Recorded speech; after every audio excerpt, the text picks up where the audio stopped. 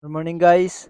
Ngayon ay Sabado at meron tayong isusurprise na player. Bibigyan natin ng sapatos at saka jersey. So, napili ko siya na bigyan kasi nakita ko ang kanyang sapatos na ginagamit sa paglalaro ay running shoes lang at saka napakaluma na sapatos 'yun. Wala ng spike at saka madulas na gamitin. So, hindi lumalabas yung galing niya talaga na 100% kasi dahil sa sapatos na gamit niya na madulas at hindi komportable gamitin. Kasi hindi nga yung panglaro, running shoes lang kasi yun. So ngayon, puntahan natin siya ngayon sa court at alam ko na nandun siya kasi everyday siya nasa court talaga lalo na ngayon Sabado, maraming manlalaro doon. So nandun siya talaga. So ngayon ang oras ay 6:30. So late na ako na gumising pero I'm sure na nandun pa yun at mabibigyan natin yun ng sapatos. Nananalig ako sa Diyos na nandun siya at mabibigyan natin siya ngayong araw na 'to. So, tara guys, ito na guys at naghahanda na nga ako para makapunta na sa court para maabutan pa natin, yung bibigyan natin ng sapatos. So, tara guys, kita-kits tayo dun sa court. At tama nga yung iniisip natin guys kanina na abutan natin dito yung bibigyan natin ng sapatos na si Puging.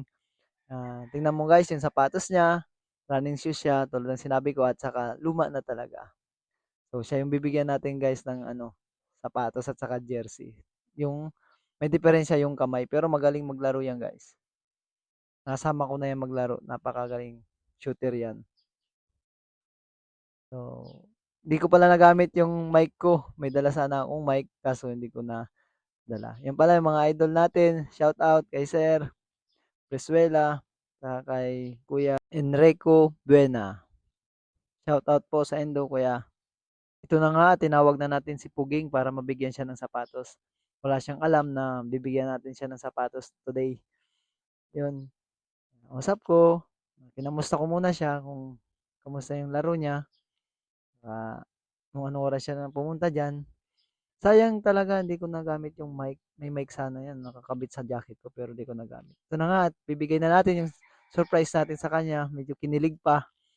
So, halatang tuwang-tuwa siya na may bibigay tayo. Ito, ang napili nating sapatos ay yung sapatos ni Kyrie Irving. So, hindi man siya kagandahan, hindi man siya ka-latest na shoes, pero magagamit niya pa rin ito na panglaro. Makapal pang spike niyan at di ko masyadong nagagamit din yan doon sa Japan.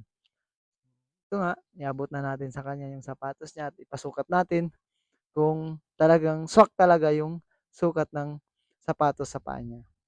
Yun nga, tinanggal niya na. Talagang excited siya na suotin ang bago niyang sapatos. So, ako din, natutuwa ako na mabigyan siya ng bagong sapatos. Yan nga, tuwang-tuwa si Puging na meron siyang bagong sapatos. At nagpapasalamat pala ako sa kabats ko na nag-video, na napag-uusapan ko nag-video. So, Andrew Yago, shout out, maraming salamat sa pag-video mo sa amin.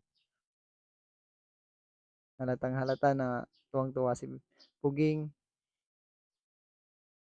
Tingnan nyo guys yung sapatos niya. Sabi ko, ito, running shoes lang yan.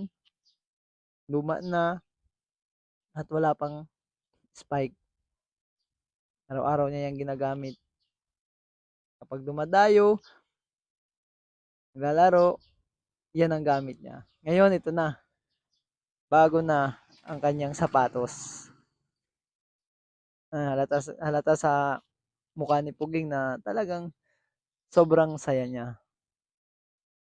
At ako din, saya din ako na nabigyan ko siya ng sapatos. Galing yan kay Lord. Siya nagbigay niyan sa'yo, Puging. Kaya, pasalamat tayo kay Lord. Dahil sa kanya galing lahat. Spike check. Tuwang-tuwa si Puging. Akala niya yun lang. At meron pa yan. Tinawag muli natin siya. Pinabalik natin siya at meron pa tayong ibibigay sa kanya. Yun nga at maluwa-luwa pa. At ito nga, bibigyan natin siya ng jersey. Para pag nagpapapawis siya, meron siya magagamit na jersey. yun nga, may konting advice ako sa kanya at sabi ko sa kanya pagpatuloy niya lang yung laro at lalo na yung ano, yung pagtulong niya sa magulang niya kasi napakabait na bata 'yan. Yung nanay niya nakuwento sa akin na nagda-dialysis daw at siya nagsasama sa ospital, everytime na magpapa-dialysis ang nanay niya. So, yun na-touch ako sa kanya, gano'n ang buhay niya, sitwasyon niya, napakabait. So, yung guys, nabigay na natin. Yung guys, hanggang dito na lang. Maraming maraming salamat sa manonood at sa pag-support niyo sa akin. God bless you all. Puging, excited kami makita ka sa laro gamit yung sapatos.